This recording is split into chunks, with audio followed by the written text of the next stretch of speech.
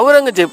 అతని పేరు మన ఇండియన్ హిస్టరీలో ఒక powerful and dangerous Mughal emperor గా మాత్రమే కాకుండా రాజ్యాకాంక్ష పట్టిన ఒక క్రూరుడిగా, రాజ్యం కోసం తన తండ్రిని చంపేసిన కిరాతకుడిగా తన పేరు మన ఇండియన్ హిస్టరీలో లిఖించబడింది. ఇంకా మరెన్నో దారుణాలు చేసిన ఈ ఔరంగజేబ్ కథ ఎలా మొదలైంది? మీకు షాజహాన్ తెలుసు కదా, అతని కొడుకుల్లో ఒకడే ఔరంగజేబ్. షాజహాన్ కి మొత్తం 3 కొడుకులు, అందులో 2వ వాడు ఔరంగజేబ్. అసలైతే మొఘల్ ఎంపైర్ మొత్తాన్ని టేక్ ఓవర్ చేసింది షాజహాన్ ఒక మొదటి కొడుకు. అదే ఔరంగజేబ్ కి నచ్చక సైన్యాన్ని తన వైపు తిప్పుకొని తన తండ్రి కళ్ళ ముందులే తన అన్నని చంపేశాడు. ఔరంగజేబుని ఎదిరించినందుకు షాజహాన్ ని జైల్లో పెట్టించాడు. ఇదంతా చూసి భయపడిన ఔరంగజేబు యొక్క తమ్ముడు రాజ్యం వదిలేసి ఆఫ్ఘనిస్తాన్ పారిపోతాడు. కానీ ఔరంగజేబ్ ఎప్పటికైనా ఇతను మనకి అధికారానికి అడ్డు వస్తాడని ఆఫ్ఘనిస్తాన్ దాకా వేటాడి చంపేశాడు. ఇలా తన అయినోళ్ళందరినీ చంపేసి అధికారంలోకి వచ్చిన వాడే ఔరంగజేబ్. ఇక మన ఇండియన్ హిస్టరీలోకి వస్తే తన తండ్రి షాజహాన్ చంపేసి తనతో పాటు పుట్టిన సోదరులు ఇద్దరిని చంపేసి అధికారంలోకి వచ్చిన ఒక పనికిమాలినతోనే చెత్తనా కొడుకని కాకుండా ఇంకేమో రాస్తే హిస్టరీ